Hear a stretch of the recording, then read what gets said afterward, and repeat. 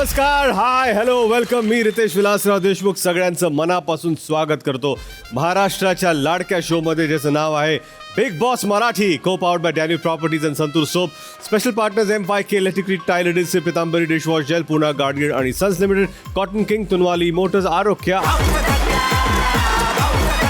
मित्रांनो, अनोळखी रस्त्यावर प्रवास करताना दिशा दाखवणारी पाटी जशी महत्त्वाची असते, अगदी तसाच घरातल्या सदस्यांना योग्य मार्ग दाखवण्यासाठी महत्त्वाचा असतो आजचा एपिसोड. चला पाहूया आज कोणाकोणाला दिशा दाखवण्याची गरज आहे. जाऊया बिग बॉसच्या घरात.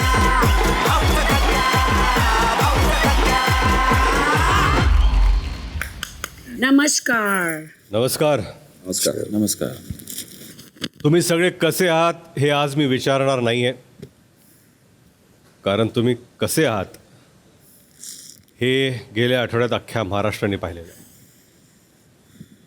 त्यामुळे मी थेट मुद्द्यावर जाणार आहे. विशाल, हो भाऊ. गेल्या आठवड्यात जेव्हा तुम्हाला घरातल्या सदस्यांनी अहंकारी म्हटलं होतं, तेव्हा तुम्ही म्हणाला होतात की हे सेल्फ प्राईड आहे, स्वाभिमान आहे माझा. मी तुम्हाला हलक्या फुलक्या शब्दात लाल बादशाह वगैरे आपण असं मस्करी केली होती. पण मूळ मुद्दा हा आहे की हा जो तुमचा अहंकार आहे ना, तो गेल्या आठवड्यापर्यंत हार्म करत नव्हता कोणाला. बोलण्यातच चालू होतं. ठीक आहे, जोपर्यंत कुणाला त्रास होत नाही तोपर्यंत काही फरक पडत नाही. पण या आठवड्यात लिमिट क्रॉस केली. त्यामुळे तुम्ही काय सिद्ध केलं? तुम्ही हेच सिद्ध केलं की जे इतर सदस्य तुमच्याबद्दल बोलत होते ते सगळं खरं आहे आणि बरोबर आहे. दीपाली, तन्वी, सागर, अगदी तुमच्या जवळच्या मैत्रीण अनुश्री यांनी तुम्हाला सतत आणि गेल्या आठवड्याची नाही पण मध्ये मध्ये वारंवार तुम्हाला समजवत गेल्या की आपला हा अहंकार कमी करा. पण नाही, तुम्ही काय की अहंकार स्वाभिमान याच्यामधला बॅलन्स तुम्ही सारखं शोधत होता की तुम्हाला जो अहंकार वाटतोय तो मला स्वाभिमान दिसतोय, तुम्हाला जो 9 दिसतोय तो मला 6 दिसतोय, मला फरक पडत नाही, तुम्ही तुमचा 9 बघा, मी माझा 6 बघतोय. पण आज त्यांचा 9 हा तुमचा 9 झाला आहे आणि हा संपूर्ण 9 हा महाराष्ट्राने पाहिलेला आहे. तुम्हाला तुमच्या खेळाचा अहंकार आहे, खेळाबद्दल मी काही बोलत नाही, पण तुम्हाला तुमच्या ताकदीचा अहंकार आहे. आणि हा ना हळूहळू वारंवार सीझनभर दिसून आला.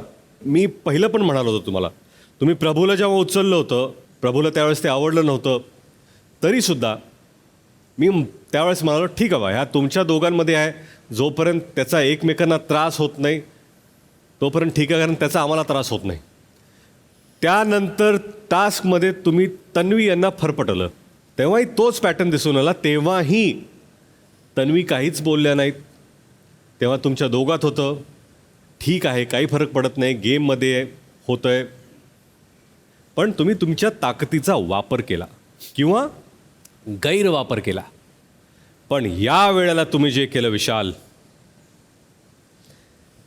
ते अनएक्सेप्टेबल आहे, ते कुणालाही पटणारं नाही आहे आणि ते मी तुम्हाला थेट सांगतो महाराष्ट्राला पटलेलं नाही आहे.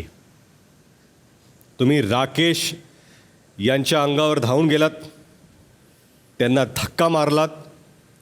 सातत्याने बिग बॉस सगळे घरचे म्हणत होते की बाजूला व्हा, बाजूला व्हा, पण त्या अग्रेशनमध्ये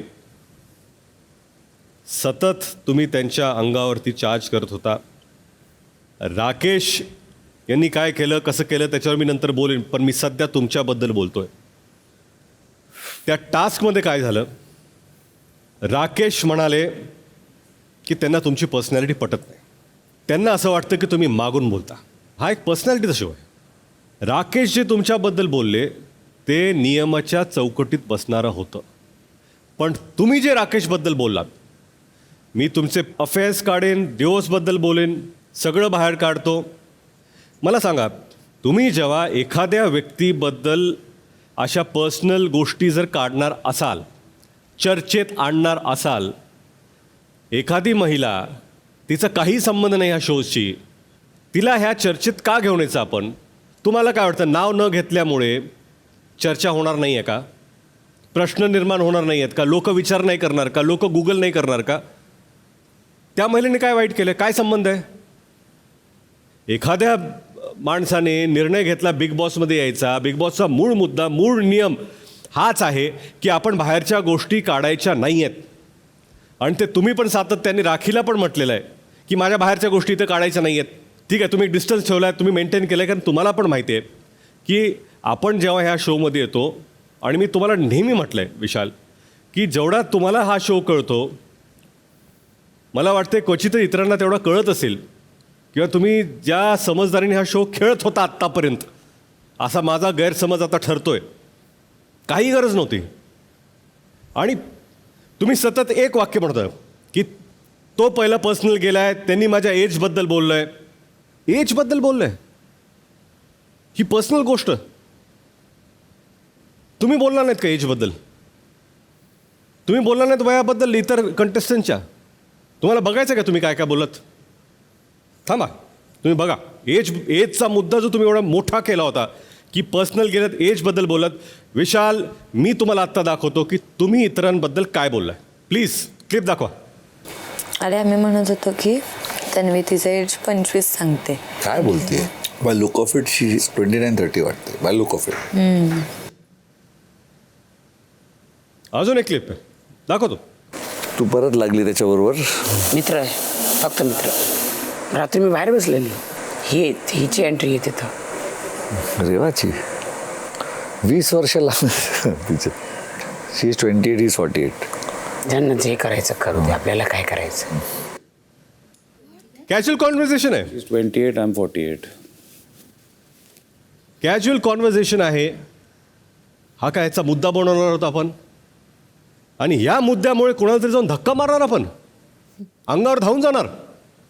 आत्तापर्यंत तुम्ही कंट्रोल केलं होतं आपला अँगर. हा शो काय आहे की आपण पुढच्याला कुठल्या गोष्टींनी ट्रिगर करू शकतो.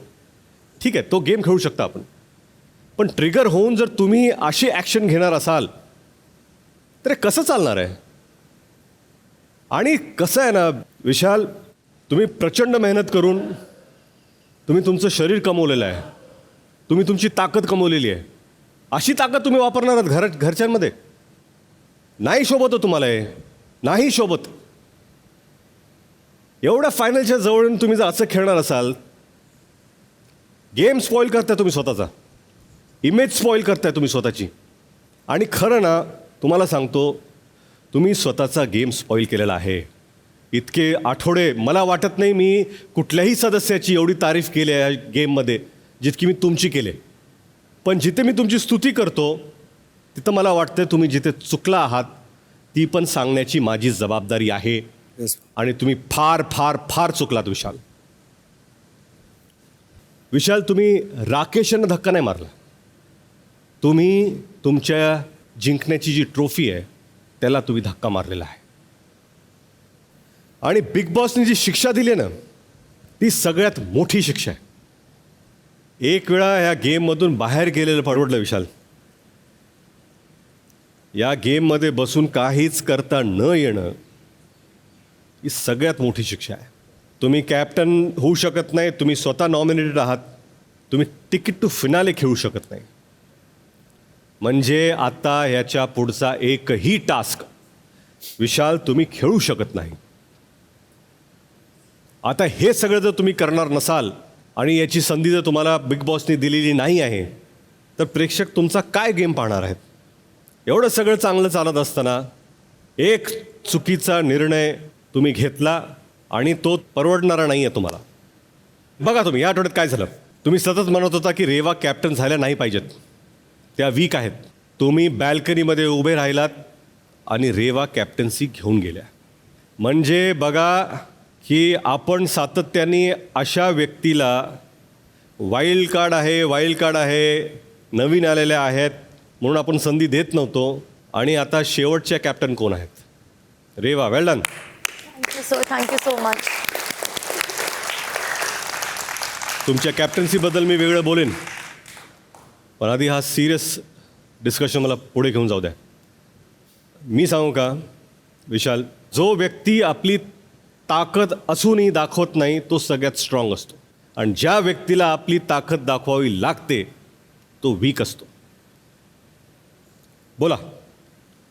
भाऊ, सर्वात आधी ॲग्रेशन कुठल्याही परिस्थितीत रॉंगच आहे, वीकच आहे, हे मी मान्य करतो. आणि मला खरंच अहंकार नाही, अँगर इश्यूज आहेत, पण ते माझं प्रॉब्लेम आहे. ते मी त्याला जस्टिफाय नाही करणार किंवा त्याचा आड नाही घेणार आहे. आणि काही याबद्दल बोलून आणि आपलं जस्टिफाय करून मी याला लहान नाही करणार आहे. ही मोठी चूक आहे, या गेममधली माझी पहिली चूक आहे असं वाटतं, पण खूप मोठी आहे. तर मी आणि मला शिक्षा पण एवढी मोठी भेटली आहे. मला माहिती आहे भाऊ की टास्क न खेळणं हे माझ्या जिंकणं नाही जिंकणं तर ठीक आहे, पण टास्कमध्ये पार्टिसिपेट न करणं ॲज अ स्पोर्ट्समॅन माझ्यासाठी खूप खूप खूप मोठं आहे. तुम्ही बरोबर बोललात, मी बॅल्कनीमध्ये बघून उभं येऊन पूर्ण कॅप्टन्सी टास्क बघत होतो, काहीच करू शकलो नाही. पण मला याची एवढी मोठी शिक्षा भेटली आहे. मी जस्टिफाय नाही करणार, फक्त सॉरी बोलणार महाराष्ट्राला, आपल्याला, बिग बॉसला आणि सर्वात आधी माझ्या बाबांना. कारण इथे येण्याआधी ते मला घरातून निघताना बोलले होते की तिथे जाऊन कंट्रोल कर अँगर. लेटरमध्ये पण लिहिलं आहे की अँगर कंट्रोल कर. इथे आले तेव्हा पण ते मला बोलले की अँगर कंट्रोल कर, सगळे आपलीच मुळं आहेत, तू अँगर कंट्रोल करत जा. कुठेही I have let him down आणि मला त्यांना पण सॉरी बोलायचं आहे. मी जस्टिफाय नाही करणार आहे आणि आता फक्त मी महाराष्ट्राच्या हवाले आहे. मी काहीच करू शकत नाही स्वतःला सेव्ह करायला, फक्त सॉरी बोलू शकतो. आणि मला खूप मनापासून जे वाटतंय ते मी बोलतो. I am really sorry. नाही विशाल, काय ना, मला नेहमी वाटायचं की टॉप कंटेस्टंट्समध्ये विशाल हे असणारच. माझं पर्सनल ओपिनियन होतं. पण जे काही घडलं आहे, पहिलं आपण हे बघूया की आपण या आठवड्यात ह्या घरात टिकताय का नाही. आता गेम विनिंगचा नाही आहे, सर्वायवलचा झालेला आहे. यापूर्वी घरातून कोण जातं याच्याकडे लक्ष होतं, आता लक्ष याच्याकडे की ह्या घरात कोण टिकून राहतं आहे. आता महाराष्ट्र फक्त हे पाहत नाही आहे की या घरातून आपल्याला कुणाला काढायचं आहे की कुणाला वोट करायचं नाही. ते आता त्यांच्या फायनलिस्टच्या शोधात आहेत आणि तिथे मोठा प्रश्नचिन्ह तुम्ही लावलेला आहे. Moving on. राकेश, जे काही घडलं तुमच्या पास्टबद्दल किंवा घराच्या बाहेरची तुमची लाईफ आहे त्याच्याबद्दल बोललं गेलं, त्यामुळे तुम्ही अग्रेसिव्ह झालात.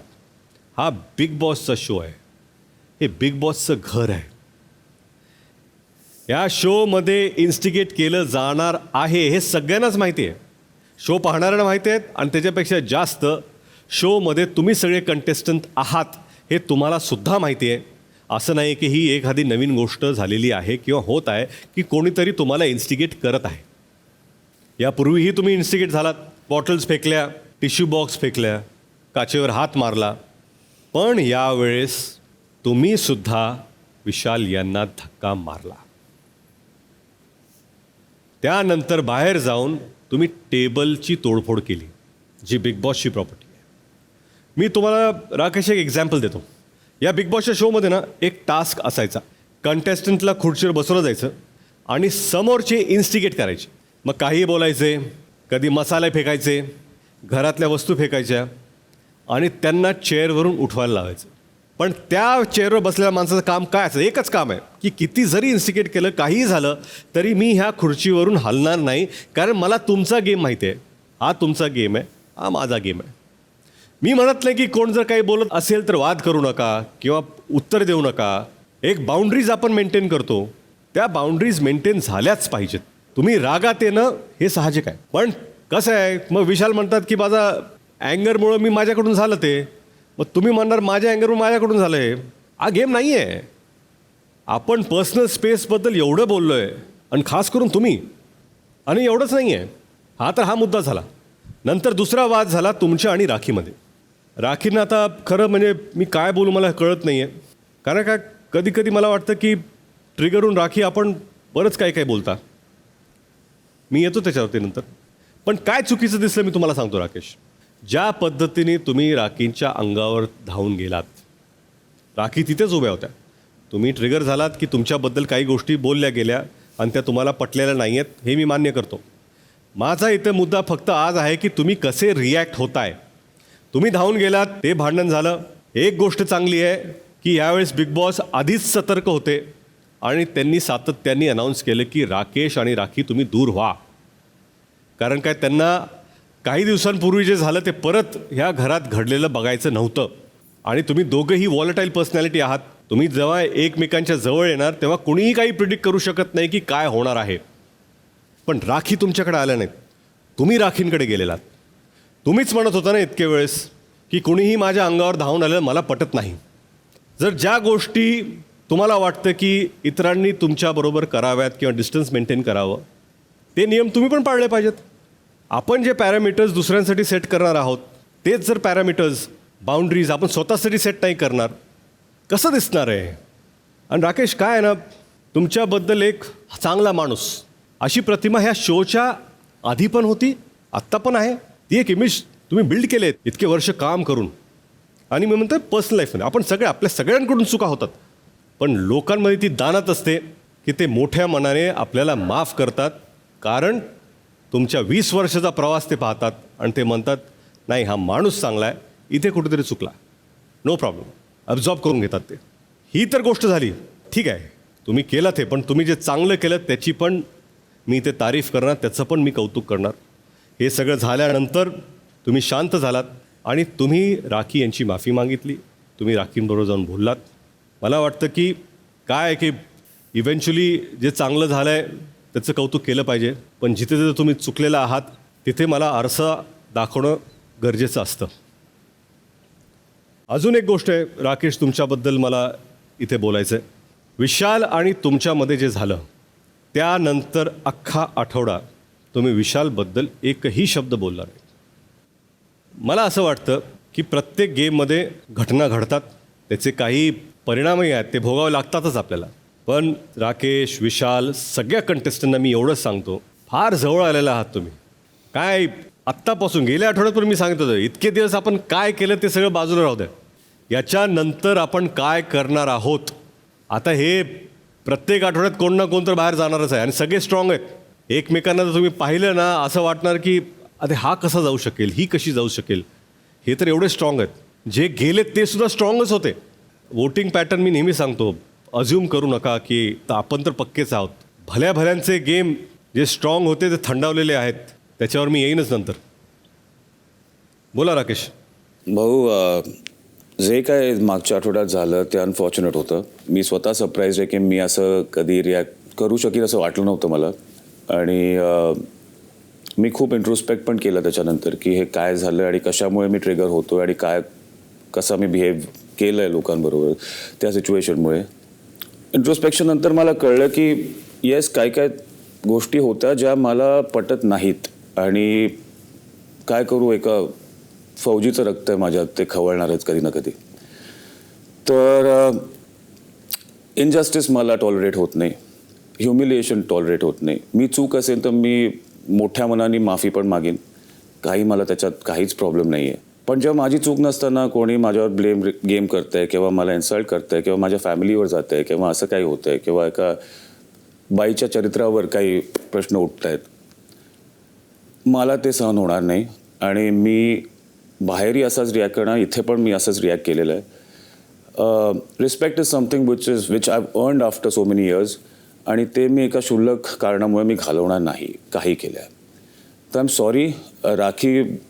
राखीला पण मी सॉरी म्हटलं आहे, पण तिने ज्या गोष्टी बोलल्यात रागाच्या पायी, ते मला बोलायच्या पण नाही तिथे आता, कारण की ऑडियन्सनी पाहिल्या असतील. पण त्या अशा गोष्टी आहेत ज्या मला पटत नाहीत, माझ्या पर्सनॅलिटीला जात नाहीत, माझ्या कॅरेक्टर्स बद्दल असं बोललेलं मला आवडत नाही. आणि मी त्या बाबतीत त्या घटनेमुळे मी खूप खूप चिडलो होतो, कारण की असं बाहेर कोणीच बोललेलं नाही, ना कधी बोलणार माझ्याबद्दल. आणि राखी जेव्हा बोलली तेव्हा मला खूप राग आला होता, कारण की ती सारखं ते बोलत होती. येस, ती मला इन्स्टिगेट करत होती, मला कळत होतं ते, तरीही ती थांबत नव्हती. म्हणून मी तिच्यापर्यंत गेलो की आता गप्प बस, ह्याच्या पलीकडे काही बोलू नको, किंवा तो डिस्टन्स होता आमचा, ती ऐकत नव्हती, म्हणून मला ते करावं लागलं. येस, त्याच्यासाठी आय एम सॉरी, माझी ॲक्शन चुकीची दिसली असेल. पण जे मी बोललो ते काही गोष्टी मला पटत नाहीत.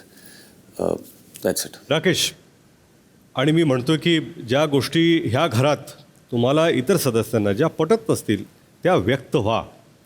असं कधीच म्हटलेलं नाही आहे की त्या व्यक्त होऊ नका, नो प्रॉब्लेम. आपण या घरात प्रत्येकाला सांगतो ना, व्यक्त व्हा. बिग बॉस तुम्हाला त्यांच्या रूममध्ये तिकडे बोलून समजवतात सुद्धा.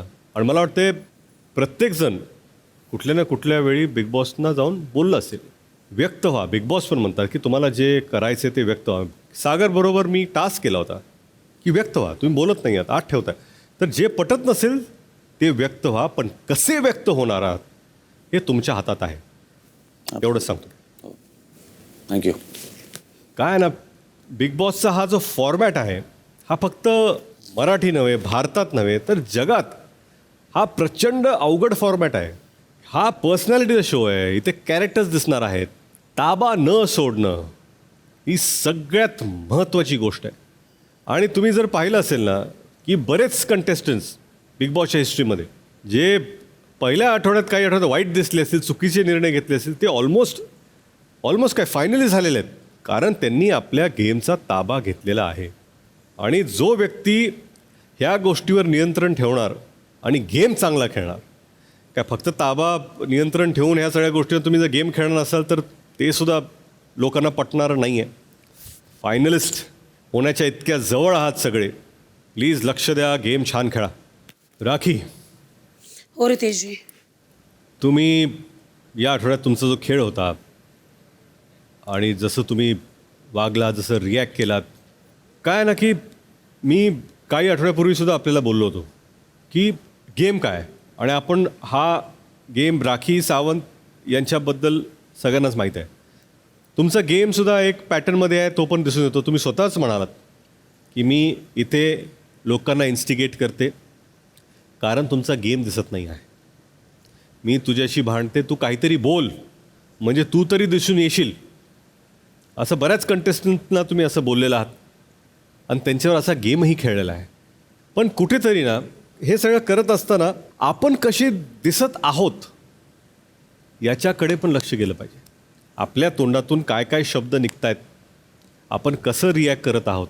जर तुमचा जर ग्राफ जर पाहिला, आपण आला शोमध्ये, शोला एंटरटेनिंग केलं, एक चमक आली, एक ग्राफ वर गेला. पण गेल्या काही आठवड्यामध्ये वोटिंग पॅटर्न जरी पाहिलं तर ग्राफ थोडा असा खाली होत चालला आहे. आणि मी वॉर्निंग म्हणून सांगतो तुम्हाला जर असं वाटत असेल की बाबा मी फायनलिस्ट आहेच, तर तो एक गैरसमज आहे. काय इतरांना इन्स्टिगेट करून त्यांच्याकडून रिॲक्शन मिळवण्याच्या नादात ते कसे वाईट होतील, दिसतील, ते सोडून द्यावं. पण ते करत असताना आपण किती वाईट दिसतोय याचासुद्धा विचार करावा. राखी, मी तुम्हाला एंटरटेनमेंट क्वीन हे सगळं ह्या शोमध्ये बोललेलं आहे. पण आत्ता तुम्ही जसे दिसत आहात कुठेतरी ग्राफ खाली चाललेला आहे. गेम अप करण्याची गरज आहे. आणि मला असं कधीच वाटलं नव्हतं राखी की मी बिग बॉसच्या शोमध्ये येऊन कधी राखी सावंत यांना असं म्हणेन की राखी सावंत तुम्ही गेम अप करा.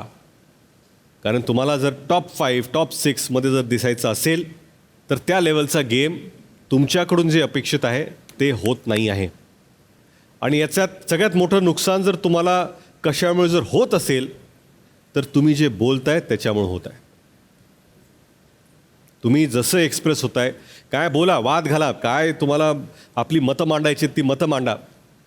पण ती मांडताना आपण कसे दिसत आहोत किंवा आपल्याबद्दल लोक काय म्हणत आहेत याच्याकडे पण लक्ष द्या. तुम्ही स्ट्रॉंग प्लेअर आहात राखी. तुमची ती स्ट्रेंथ आहे. इथे जर सगळ्यांना विचारलं, सगळे तुम्हाला तुमच्याकडे पाहून एकच म्हणतील की राखी ह्या स्ट्रॉंग प्लेअर आहेत.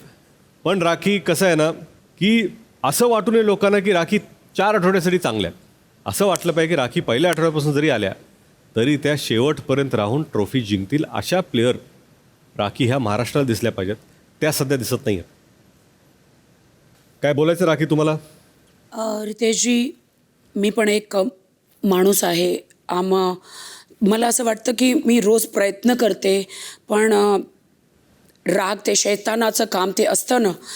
मी एकदम चांगलंही करते, मला मायाळू दयाळू इमोशन्स आहेत, पण राग ते असा असतो ना, जेव्हा राग येतो तर शैतान ते त्याचं काम माझ्या हातून करतं. कधी कधी मी फ्लोमध्ये इतकं बोलते मला कधी कधी कळत नाही आहे. मला असंही नाही कळत की कोण माझ्या आजूबाजू आहे, मी काय हातात धरलेलं आहे, मी काय करते. मग जेव्हा राग येतो मग मलाच कळत नाही कधी की काय फ्लोमध्ये मी बोलून जाते.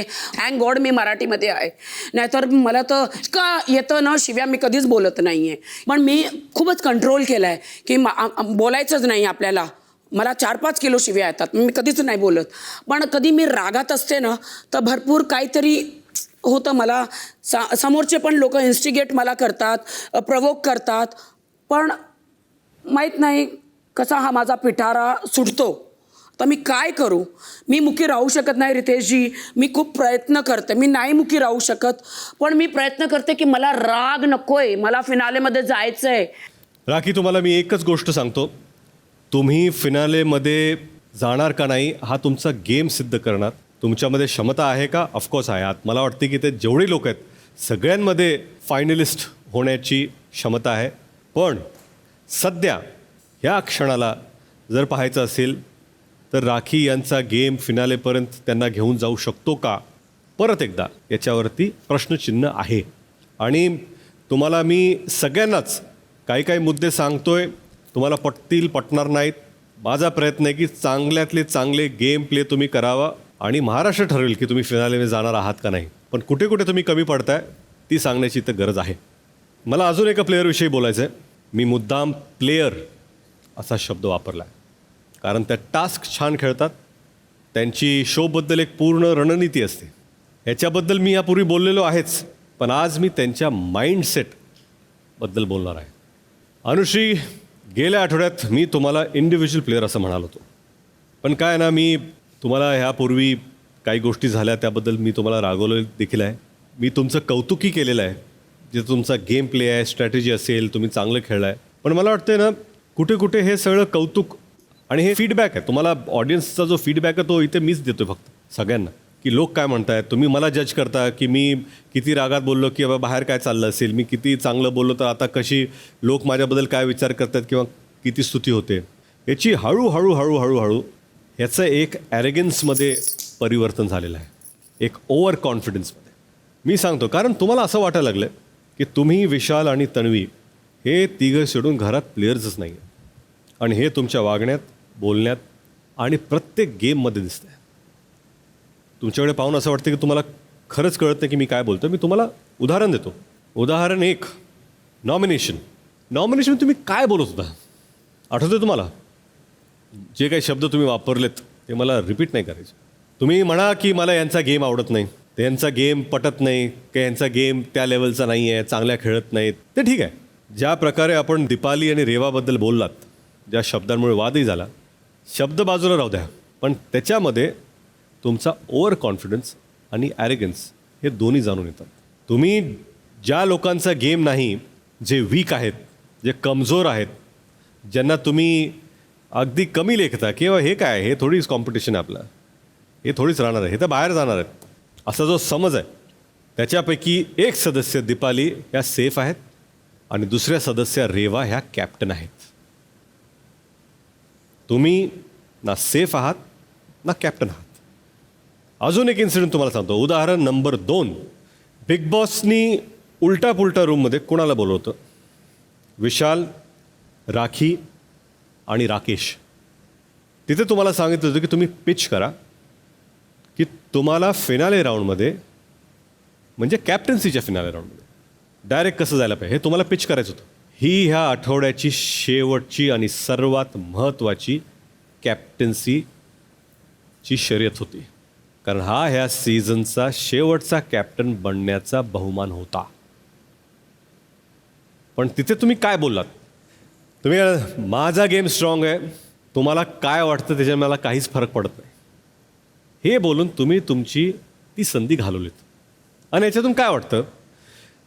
मला वाटतं की सगळ्यात मोठा गैरसमज तुमचा हा आहे की बिग बॉसची ट्रॉफी ही तुमच्या हातात ऑलरेडी आहे, मी तर फायनलिस्ट होणारच आहे, असा तुमचा एक समज आहे. आजूबाजूला बघा, सगळे स्ट्रॉंग प्लेयर आहेत. आजूबाजूला बघा, रिकाम्या जागा आहेत, तिथं काही स्ट्रॉंग प्लेयर नाही आहेत जे असायला हवे होते.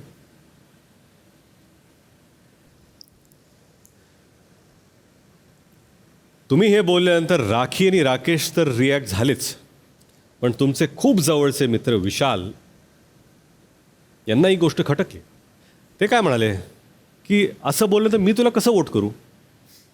बरोबर विशाल, आणि बरोबरच आहे. एवढं जर तुम्हाला पिच करायचं आहे आणि हा टास्क आहे, इथं आपल्याला पिच आहे, मला फरक पडत नाही काय करायचं करा. हे जे ॲटिट्यूड आहे, हा ॲटिट्यूड खटकणारा ॲटिट्यूड आहे.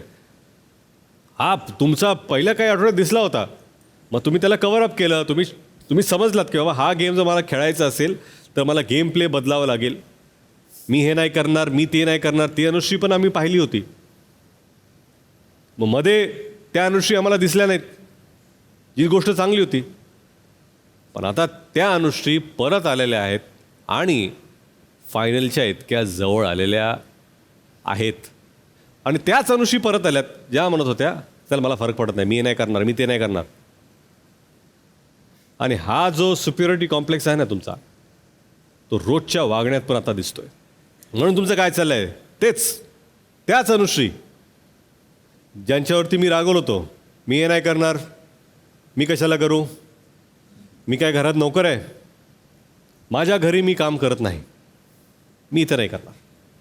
मी काय म्हणतो, आपण आपल्या घरी काय करताय तो तुमचा पर्सनल प्रश्न आहे. मी कधीच भांडी घासली नाहीत म्हणून मी इथेही घासणार नाही, हे तुमचं एक स्टेटमेंट आहे. मी बोलले होते की मला भांडी घासता येत नाहीत आणि म्हणजे काय, म्हणजे भांडी घासायचं म्हणजे काय, रॉकेट बनवायचं आहे?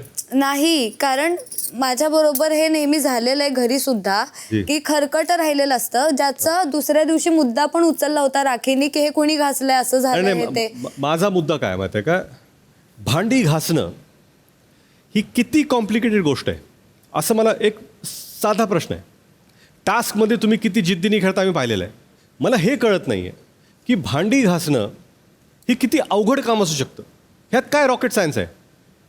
भाऊ, काय तुम्हाला मिसाईल बनवायची आहे का, काही सायंटिफिक रिपोर्ट बनवायचा आहे का, कुठल्या कंपनीचं ॲनालिसिस करायचं, ते मी समजू शकतो. बाबा माझ्याकडे ही क्षमताच नाही आहे की बाबा समजा मला जर सांगितलं की एखादी मोठी कंपनी त्याचं फायनान्शियल ॲनालिसिस करा, मी म्हणलं हे मला नाही जमणार, मी कधी केलंच नाही आहे. बरोबर आहे.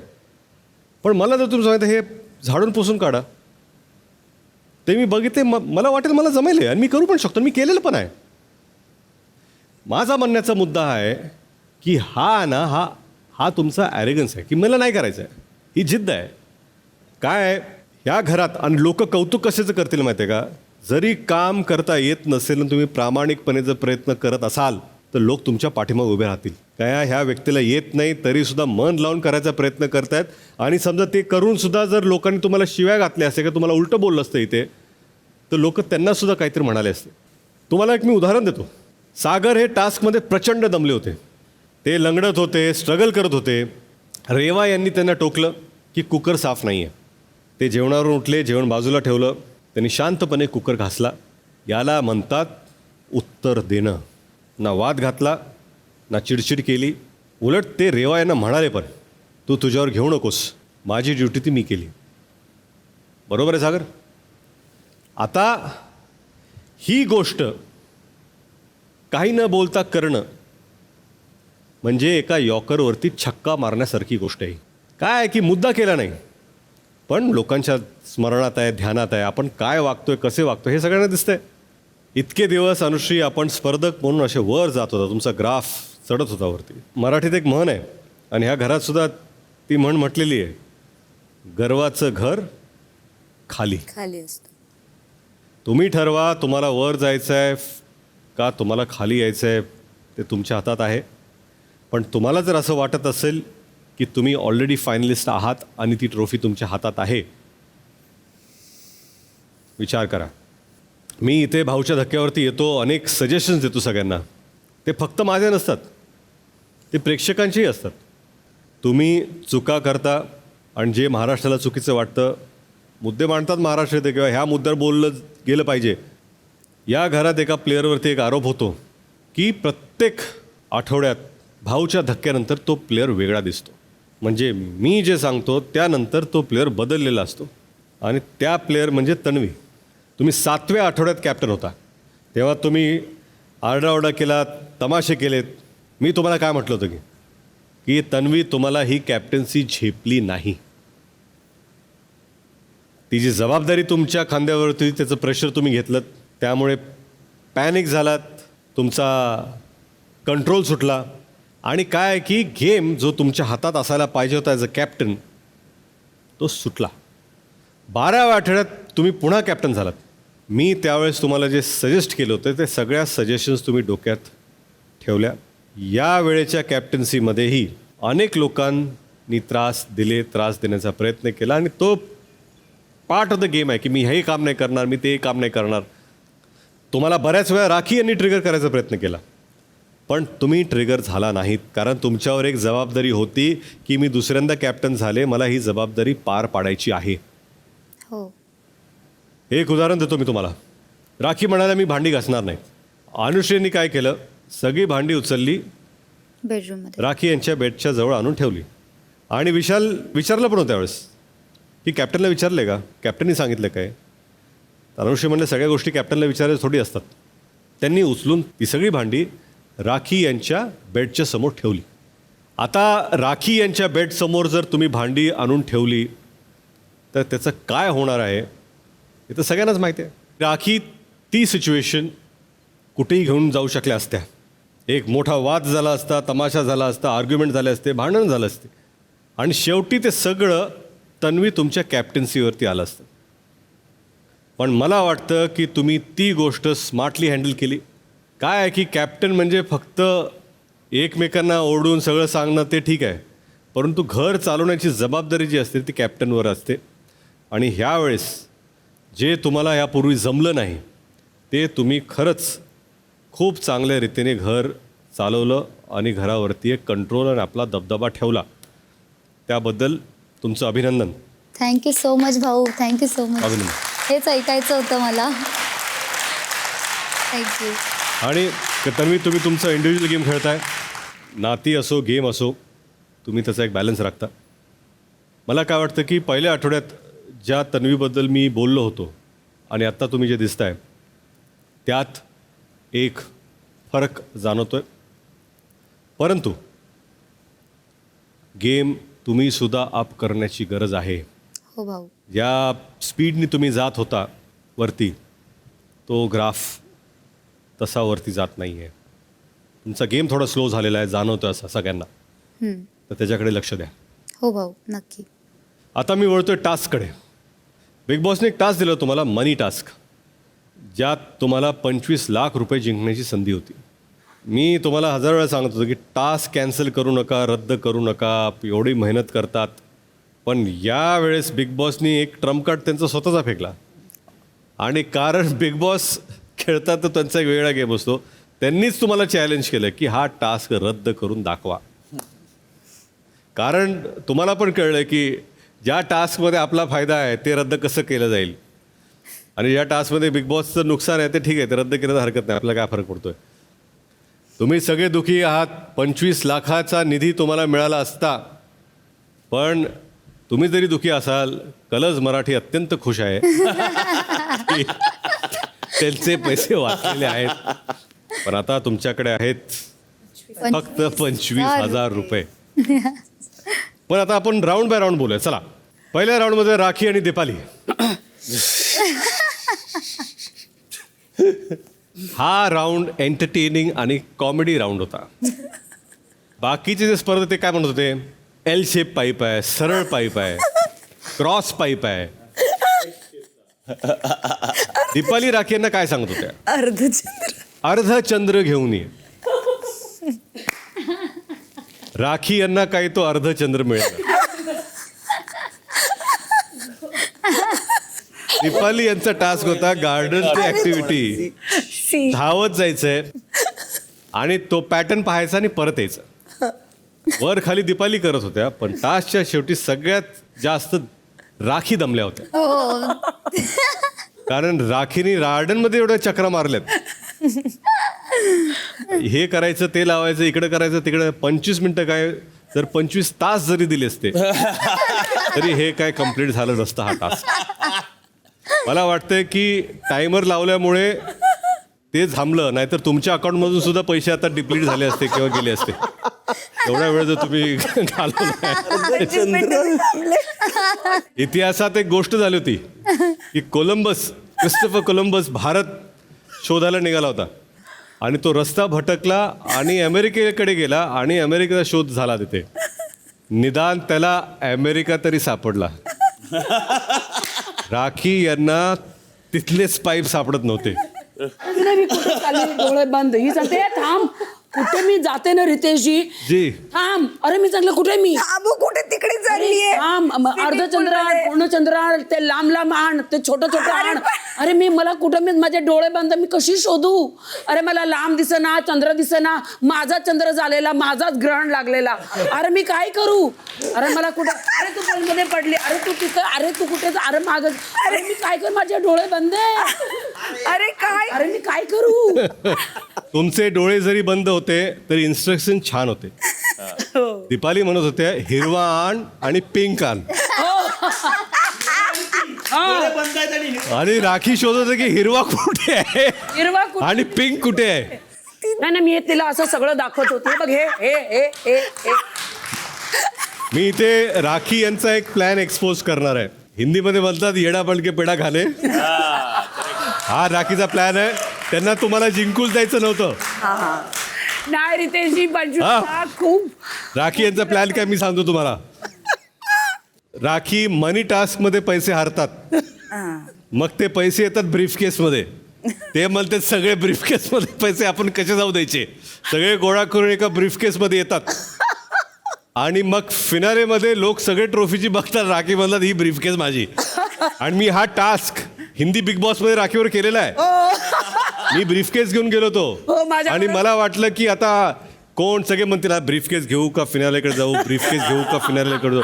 हा प्रश्न लोकांच्या मनात असतो कारण की तिथे जास्त धनराशी असते. आणि मी थांबतोय की मी म्हणतोय 3, 2, 1 बझर, आणि मला वाटलं की लोक म्हणतील आता काय करू. मी म्हटलं 3, 2, 1 buzzer, rakhi tack. राखीनी 1 second watt पाहिली नाही, कारण की जेवढी क्लॅरिटी राखीच्या मनात होती तेवढी कोणाच्याही मनात नसते. तर राखीनी हा एक मोठा गेम प्लॅन केलेला आहे की कमीत कमी धनराशी म्हणून जेव्हा ती ब्रीफकेस येणार आहे सगळ्यांनी विचार करा की स्वतःला काय करायचं आहे. राखी असतील तर वेगळा विचार करा, राखी नसतील तर मग वेगळा विचार करू शकता तुम्ही. दुसऱ्या राऊंडमध्ये ते विशाल अनुश्री आणि टास्क हे एकत्र आलं की मग ते सगळं स्ट्रॅटेजी आणि प्लॅन हे सगळं एक्झिक्युशन हे सगळं व्यवस्थित त्यांचं होतंच. त्यामुळे जवळजवळ त्यांनी 15 का 16व्या मिनिटाला कंप्लीट केलं होतं स्ट्रक्चर, कारण त्यांचं कोऑर्डिनेशन चांगलं होतं. अनुश्री व्यवस्थित आणून देत होत्या, त्यांची क्लॅरिटी होती ते जेव्हा येत होते तेव्हा. पण झालं कुठे, विशाल यांना वाटलं की त्यांनी जे केलं ते बरोबर केलं आहे. विशाल यांनी आरामातच पाईप बसवले, पण ते विशालच्या ताकदीमुळे त्या पाईपला कळलं नाही की आपण किती एकमेकाच्या जवळ आलेलो आहोत. ते एवढे विशालला घाबरून एकमेकांना घट्ट त्यांनी मिठी मारली की आम्हाला आता कोणीच जुदा करू शकत नाही. त्यांनी एवढं ठोकून ठेवले ते पाईप्स की नंतर ते काढता झालेले आहेत. तिथे वेळ गेला विशाल. भाऊ माझा जीव निघाला त्याच्यात मग कशाला काम एवढं. मी तुम्हाला किती सांगतोय, नाही त्या जागी जोर दाखवू नका आपला. तेच सांगतोय मी सातत्याने तुम्हाला. ते आमचं आरामात झालं असतं जर ते हे आरामात सगळं. आम्हाला वाटलं की सगळ्यात पहिलं तुम्हीच रेकॉर्ड मोडताय ह्या गोष्टीचा. पण आता जे झालं ते झालं. तिथेच 25 मिनिटं संपली. तुम्ही सुद्धा 0 रुपये कमवून राखींच्या अकाउंटमध्ये टाकलेले आहेत ते. त्यानंतर आल्या तन्वी आणि रेवा. या दोघीही स्ट्रॉंग प्लेअर आहेत, त्यांची रणनीती असते. त्या दोघी चांगल्या मैत्रिणी आहेत, कोऑर्डिनेशन आहे, विश्वास आहे. त्यांनी एक स्ट्रॅटेजी वापरली ज्याचं मला कौतुक करायचं. तन्वी जेव्हा आतमध्ये जात होत्या पॅटर्न पाहायला, तेव्हा रेवा यांच्याकडे तसं काही काम नव्हतं.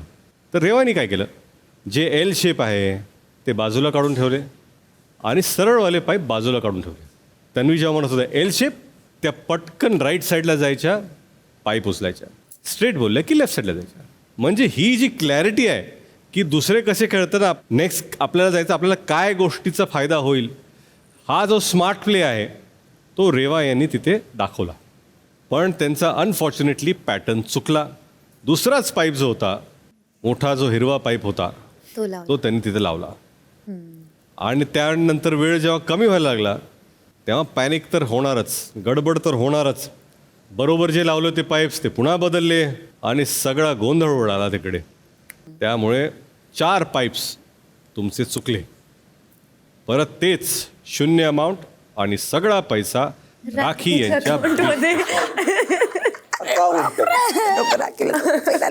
मग लास्टला येणार होते हॅशटॅग सारा. राकेश आणि सागर सगळे त्यांच्याकडे हसत होते. आता हे इकडचे दिग्गज प्लेयर जर काही करू शकले नाहीत मी काय करणार? तर सारा रा रा रा काय करणार. पण राकेश आणि सागर तुम्ही ज्या प्रकारे खेळलात म्हणजे भल्या भल्यांना जे शक्य झालं नाही ते तुम्ही कंप्लीट केलं आणि तो टास्क कंप्लीट केला. आणि यांनाच नाही प्रेक्षकांना सुद्धा परत एकदा दाखवून दिलं की तुम्ही दोघंही उत्तम प्लेयर आहात. कारण या खेळात सगळ्यात महत्त्वाचा गुण हा लागणार होता की शांतपणे कसं खेळायचं. ते राकेश यांना जमतंच, सागर यांना जमतंच, म्हणजे बहुतेक वेळा जमतं शांत. पण सागर यांनी ट्रिक वापरली ज्याचा त्यांना एक फायदा झाला. इतर सदस्यांच्या तुलनेत ते जास्त वेळा ॲक्टिव्हिटी रूममध्ये गेले. बाकी सध्या पाईपचे तेच कन्फ्युजन दिसत होतं काय करायचं. सागर परत सारखे आत जात होते आणि पाठ करत होते की एक्झॅक्टली कसं कसं काय आपल्याला कुठे ठेवायचं कुठली गोष्ट आहे. सगळ्यात माझा कलर लक्षात ठेवत होते, सिक्वेन्स आणि पॅटर्न, तो पाईपचा आकार. त्यामुळे तुम्ही हा टास्क कंप्लीट करू शकलात आणि तुम्ही जिंकलात 25,000 रुपये. राखी सॉरी राकेश यांनी तुमच्या बॅगेतून 25,000 रुपये काढले. 25,000 काढले. सॉरी राकेश. नाही 25 यार. राकेश आणि सागर जरी तुम्ही 25,000 रुपये जरी वाचवले असतील पण लाख मोलाचा खेळ तुम्ही दाखवला त्याबद्दल अभिनंदन. व्हेरी वेल प्लेड. त्यानंतर उलटा पुलटा रूममध्ये काय झालं हे सगळ्यांनाच माहिती आहे. खूप चर्चा झाली. शेवटी सागर यांना निवडण्यात आलं की कॅप्टन्सीचा फायनल राऊंड ते खेळतील. मग झाला या सीझनचा शेवटचा कॅप्टन्सी टास्क. बिग बॉस भाऊक झाले, सगळे भाऊक झाले. बिग बॉसनी आठवण करून दिली बाकीच्या सगळ्या कॅप्टन्सी टास्कची. काय की हे घर म्हणजे आता इमोशन्सनी भरलेलं घर आहे. एकमेकांबरोबर वाद जरी झाले असतील आपले, प्रामाणिकपणे आपण we don't hate each other. यांनी खास कर तुम्ही सगळे एवढे जे राहताय घरात इतके दिवस आणि बऱ्याच वेळा आठवण पण राहत नाही. असं वाटतं की ही तर 3-4 वर्षापूर्वी झालेली गोष्ट असेल. तो कॅप्टन्सी टास्क किंवा ह्या गोष्टी, त्या सगळ्या गोष्टी जेव्हा बिग बॉसनी आठवण करून दिल्या तेव्हा सगळेच भावूक झाले. आणि साहजिक आहे प्रेक्षकही भावूक झाले ते पाहून ऐकून. ह्या टास्कमध्ये 3 गोष्टी महत्त्वाच्या होत्या. एक तर स्ट्रेंथ, लक आणि तिसरी होती स्ट्रॅटेजी. कारण काय कुठल्या नंबरवर कोणती चावी असेल हे आपल्या हातात नाही ना. कारण काय तिकडे आहेत किती 3 लॉक्स आणि इकडे आहेत 10 चाव्या. तर कधी कधी आपला लक पण फॅक्टर असतो, स्किल तर आहे. आणि अजून एक महत्त्वाची कमीत कमी वेळात तुम्ही किती चाव्या घेऊन येऊ शकता. या टास्कबद्दल आपण राऊंड बाय राऊंड बोलूया आता. पहिला राऊंड अनुश्री वर्सेस दीपाली. अनुश्री खूप चपळ आहेत, ते पटापट पुढे जात होत्या. त्या मानाने दीपाली थोड्या स्लो होत्या कम्पॅरेटिव्हली. पण मला इथे विशेष कौतुक करायचं आहे सागर यांचं. सागर यांनी ज्या प्रकारे दीपाली यांचं टनल ब्लॉक केलं. दीपाली ज्या अनुश्रीपेक्षा स्लो होत्याच त्या अजून जास्त स्लो झाल्या. जर कम्पेअर केलं, रेवा ज्या अनुश्रीचं टनल ब्लॉक करत होत्या त्या फक्त स्टार्टिंगला गोणी टाकत होत्या. म्हणजे एकदा हे पार केलं की सगळं मोकळं राहणं होतं पुढे. म्हणून स्टार्टिंगचं टनलचं पटापट अनुश्री पार करत होत्या. एंडला थोडं स्ट्रगल होतं. इव्हेंच्युअली कम्पेअर जर केलं तर दीपालीपेक्षा अनुश्री यांचं स्ट्रगल कमी होतं. आणि त्याचं श्रेय जर द्यायचं असेल तर कुठंतरी ते सागरला जातं की त्यांनी स्ट्रॅटेजी वापरली. तेवढी स्ट्रॅटेजी रेवा यांनी वापरली नाही. त्यांनी फक्त एकच एंड ब्लॉक केला. पण तिथपर्यंत येण्यासाठी काही हर्डल्स ज्याला आपण म्हणतो अडथळे ते निर्माण करण्यात तुम्ही अयशस्वी ठरलात. तेवढं जरी असलं तरी अनुश्री हे क्रेडिट तुम्हाला जातच की तो टास्क तुम्ही फार छान खेळलात. वेळ लाग. मग आला दुसरा राऊंड ज्यामध्ये होत्या तन्वी आणि रेवा. तन्वी आपली तब्येत नाजूक होती. बिग बॉसने असं आपल्याला विचारलं तरी आपण ठरवलं की आपल्याला ते खेळायचं आहे. काय टास्क म्हटलं की तन्वी पाठीमागे हटू शकत नाहीत, ते तर सगळ्यांना माहीतच आहे. पण सुरुवातीपासून जाणवत होतं की आपण त्या जोशाने खेळत नव्हतं ज्या जोशाने आपण यापूर्वीचे टास्क खेळलात. आणि रेवा खूप फास्ट होत्या, ते त्यांचं क्रेडिट आहे. तुम्ही खरंच रेवा स्पीड चपळता तुमच्यातही प्रचंड आहे आणि ती जाणवत होती आणि दिसतही होती टास्कमध्ये. Thank you sir. पण पुन्हा एकदा सागर परत एकदा छान खेळून गेला तुम्ही. ज्या टनलभर त्यांनी गोण्या पसरवल्या, तन्वी ज्या आधी स्लो होत्या त्या अजून स्लो झाल्या आणि रेवा आपण टास्क जिंकलात. पण तिथे एक चर्चा सुरू होती विशाल आणि अनुश्री यांच्यामध्ये. विशाल यांचं काय मत होतं अनुश्री बरोबर? दीपाली यांनी मुद्दाम तन्वीला हरवलं की गेम सॅबोटाज केला. का वाटलं तुम्हाला असं अनुश्री? कारण दीपालीताई म्हणजे आम्ही वरून बघत होतो, जेवढं म्हणजे करायला हवं होतं ती काय म्हणतात ती पोती जेवढी भरता येतील तेवढी भरायला हवी होती. तिचा स्पीड खूप स्लो होता आणि ती आधी वाट बघत होती. रेवा निघून गेली की मग ती पोतं टाकत होती. अडवायला म्हणून करत नव्हती, फक्त काम करायचं म्हणून करत होती, मला असं वाटतंय. जे की हे नोटीस केलं. पूर्ण गुण्या भरल्या होत्या मी तर त्याच्यात भरभर भरल्या होत्या. कारण आम्ही नंतर खाली आल्यानंतर इकडचं पण बघितलं आणि इकडचं पण सगळ्या खाली केलं होतं. इकडचं पण खाली होतं, तिकडचं पण खाली होतं. कुठलीच गुणी माझी बाहेर नव्हती, एकही गुणी बाहेर नव्हती. पण ते खूप सपाट भरल्या होतं होत्या. आणि इकडे पूर्ण अडथळे होते. सागरने पण सेम केलं होतं माझ्या बरोबर. ह्याच्या आधी सागर माझ्या बरोबर होता, तिथे रेवा होती. सागरने मला इथे पण भरलं होतं, तिथे पण भरलं होतं. मी त्याचं बघितलं होतं आणि तसं सगळं पूर्ण भरलं होतं. मी एकही माझी गोणी बाहेर नव्हती. तन्वीचा टनल इकडून पण ब्लॉक होता आणि तिकडून पण ब्लॉक होता. आणि माझा पण जो माझा प्रयत्न करायचा होता तो मी प्रयत्न केला होता. इझिली इथून पण भरला होता, तिथून पण भरला होता. दोन्हीकडनं सेमच भरलं होतं मी पण. विशाल तुम्हाला काय वाटतं?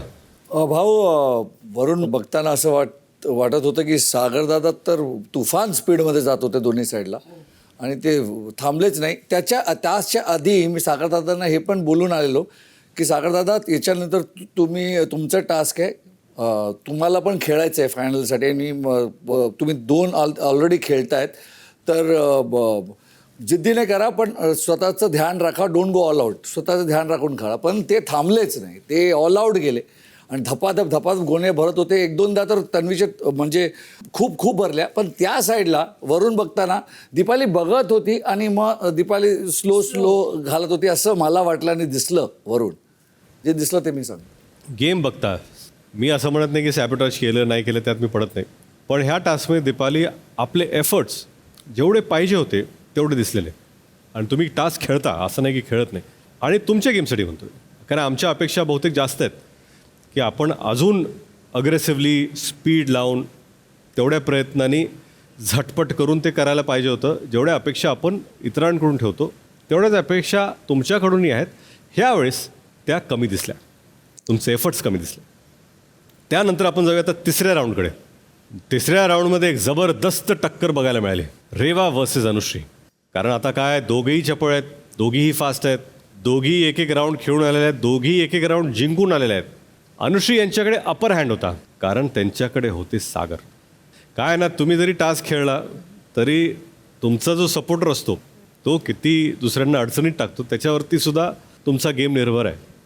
त्यामुळे 2 राऊंड त्यांनी जिंकवले होते आणि हा तिसरा राऊंड पण ते तसंच करून जिंकू शकतात याबद्दल प्रेक्षकांना सुद्धा खात्री होती. पण या राऊंडमध्ये डिफरन्शिएटर ठरल्या त्या तन्वी. कारण तन्वीने ज्या स्पीडमध्ये आणि रणनीतीने गोण्या फेकल्या त्यांनी अख्खं टनल क्रिस क्रॉस गोण्या फेकून ब्लॉक करून टाकला. त्यामुळे अनुश्री आपण किती जरी फास्ट असला तरी आपल्याला अडथळे ते जाणवत होते, तुमच्या समोर येत होते आणि तुमचा प्रवास हा अजून डिफिकल्ट करत होते. तरीसुद्धा हा सामना अतितटीचा होता आणि त्यात रेवा आपण जिंकलात आणि फायनलला गेलात. काय की यात तुमचं क्रेडिट तर आहेच, पण याच्यामध्ये एक मोठा श्रेय तन्वी यांच्या स्ट्रॅटेजीला पण जातो.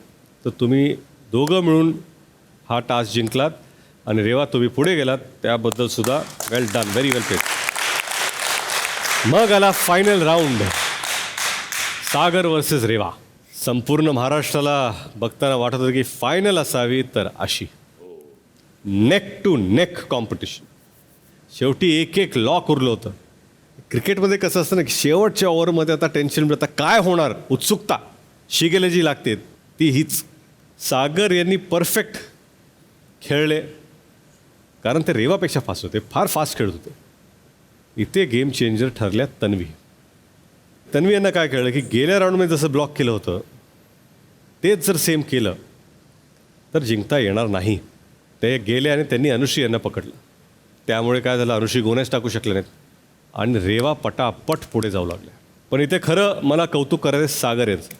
सागर, हा राऊंड तर फायनल तुमचा होताच. तुम्हाला विशालसुद्धा म्हणाले होते की थोडी आपली एनर्जी स्वतःच्या राऊंडसाठी वाचवून ठेवा.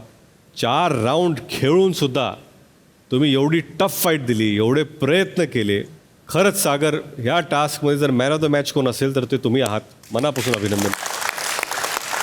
रेवा, तुम्ही कॅप्टन झालात, मला तुमचं कौतुक करायचं आहे. पण काही चुकीच्या गोष्टी झाल्यात त्या मला इथे सांगायच्या आहेत. तुम्हाला उत्तम रिदम सापडला होता, तुम्ही छान खेळत होता, पण अचानक तुम्ही 2 चाव्या उचलल्या.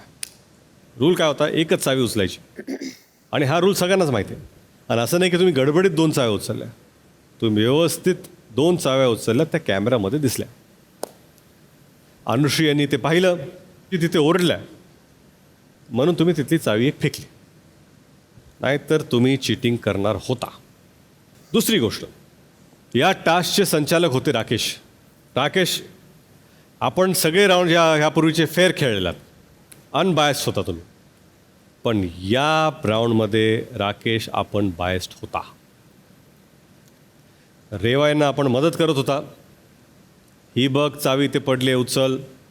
क्लिअरली दिसत होतं की आपण बायस होता, रेवा यांना तुम्ही मदत करत होता. काय आपण राकेश याआधी सतत फेअरनेसबद्दल बोलतो की ही गोष्ट फेअर नाही आहे, ती गोष्ट फेअर नाही, आणि इतक्या जवळ येऊन म्हणजे रेवा यांनी मेहनत करून त्या तिथं आल्या. आणि मी इमोशन समजू शकतो की आपल्याला वाटतं की रेवानी ही कॅप्टन्सी टास्क जिंकावी आणि त्या कॅप्टन व्हाव्या. मी समजू शकतो ती फिलिंग. पण संचालक म्हणून जर आपण असे निर्णय करणार आहोत तर ते काय होतं माहिती आहे का, मी शेवटी तिथेच येतो त्या मुद्द्यावरती. एक गोष्ट आपण करतो तर की आपल्याला वाटतं की लोकांना पटेल, ठीक आहे, हरकत नाही. पण कुठेतरी वाटतं की अरे राकेश इतके दिवस फेअर होते, आता हे अनफेअर का झालं, काय बदललं राकेशच्या कॅरेक्टरमध्ये, असं का दिसले. आपण ह्या छोट्या छोट्या गोष्टी करतो. परत एकदा तुमच्या वोटिंग पॅटर्नमध्ये सगळं थांबणार आहे.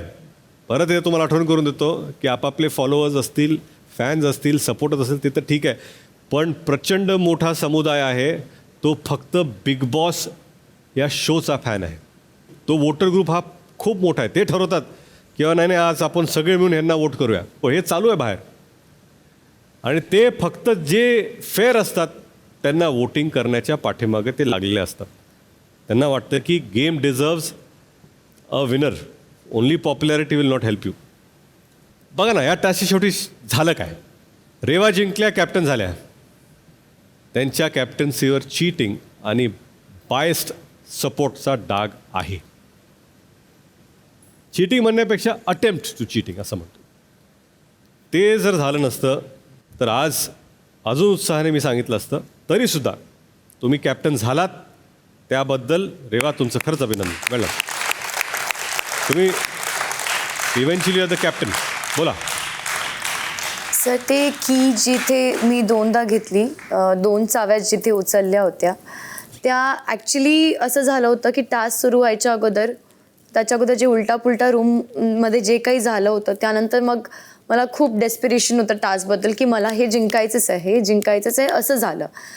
तर 3 टास्क जिंकल्यानंतर जेवढं माझा प्रयत्न होतं मी तेवढे केले. लास्ट जेव्हा होतं तेव्हा ते फ्लोमध्ये कुठे ना कुठे असं होतं की हे हरायला नको आणि काय सुरू आहे हे तिकडे किंवा काय होत असेल हे माझ्या लक्षात नव्हतं. मी उचलल्या चाव्या आणि त्या फक्त अनुश्रीच्या आवाजाने नाही, मलाही ते रिअलाईज झालं आतमध्ये की मी काय करते. म्हणून मी ती चावी पटकन बाहेर टाकली. त्यानंतर माझी जी स्ट्रॅटेजी होती की मी चाव्या खाली टाकणार आणि मी एक करून टनलमधून आतमध्ये घेऊन जाणार. तिथे जेव्हा अनुश्री बोलली की खाली आहे चाव्या, ती मी म्हटलं की माझी स्ट्रॅटेजी आहे. तिने कदाचित उचलून ते वरती टाकल्या आणि ते आरबीने ते खाली ठेवल्या की तिथे होते तिथेच राहू दे. जेव्हा मला ते रिअलाईज झालं की ठीक आहे, असं तिला तू नको करूस मध्ये मला, म्हणून मी त्या चाव्या उचलून परत त्या ट्रेमध्ये सुद्धा टाकल्या होत्या मध्ये. तर असं इंटेन्शन नव्हतं, चूक माझ्या हातून डेफिनेटली झाली आहे. बस एवढंच बोलायचं आहे मला. असं हे नव्हतं की चिटिंग करूनच जिंकायचं किंवा, कारण मी खेळले होते या अगोदरही खेळलेच आहे. नाही मी तर तुमची तारीफ पण केली. त्या काय जिथे गेम प्ले चांगला आहे त्याची मी तारीफ करणार. जिथं काही चुकीचं दिसतं मला ते सांगणं इथं गरजेचं आहे. हो सर. पण हे सगळं जे काही झालं ते झालं. पण तुम्ही कॅप्टन आहात. I wish you all the best. Thank you. की ह्या सीझनचा शेवटचा कॅप्टन होण्याचा जो मान आहे, बहुमान आहे, तो तुम्हाला मिळालेला आहे. आणि आय होप की तुमचा हा जो कॅप्टन्सीचा आठवडा आहे तो तुम्ही एक चांगल्या कॅप्टन म्हणून नक्की गाजवाल. अशा शुभेच्छा मी तुम्हाला देतो. Thank you sir. शेवटी मला हे सांगायचं की हा गेम असला ना तरी हे एक घर आहे जिथे आपण सगळे 24 तास राहतो आणि प्रेक्षक पाहतायत, तुम्हाला पाहायला येतात. तुम्ही ज्या प्रकारे घर अस्ताव्यस्त ठेवलं होतं, बिग बॉसने तुम्हाला फुटेज दाखवलं आहे. आपलं घर आहे, किती तो कचरा काय ठेवतो आपण. आणि काय आहे ना की आपल्या घरी जर पाहुणे आले तर आपण जागा नसली तर सोफ्याच्या खाली काय ठेवतो, काही ड्रॉजमध्ये टाकतो पटपटपट, कारण आपल्याला वाटतं की पाहुणे आले की ड्रॉज उघडणार नाहीत. आपण सगळेजणच करतो ना, सगळं तिथल्या तिथे व्यवस्थित ठेवतो. पाहुणे येतात, सोफा साफ कर, हे कर, बेडरूममध्ये ढकल, ह्या रूममध्ये लॉक कर, कोणी जाणार नाही, आपण असं करतो. कारण आपल्याला असं वाटतं की जेव्हा घरी पाहुणे येतात तेव्हा त्यांना एक छान सुंदर घर दिसलं पाहिजे. पण आपण ज्या प्रकारे घर ठेवतो, आपले पाहुणे म्हणजे रोज महाराष्ट्र येऊन आपल्या घरात येणार आहेत, पाहणार आहेत. असं घर बघून त्यांना पण वाटत असेल, अरे बाबा हा किती कचरा केला आहे, काय कसे राहत आहेत, असे कसे राहू शकतात. म्हणजे बघा, बिग बॉस शेवटी तुम्हाला काय म्हणाले की आत्तापर्यंत जेवढे सीझन झालेत त्यातील हे सगळ्यात बेशिस्त घर आहे. म्हणजे तुम्हाला माहिती नाही, पण मला प्रचंड वाईट वाटलं की जो सीझन मी होस्ट करतोय त्यातलं हे सगळ्यात बेशिस्त घर असण्याचा जो मान तुम्ही मला दिलेला आहे त्याबद्दल मी आता काय बोलू.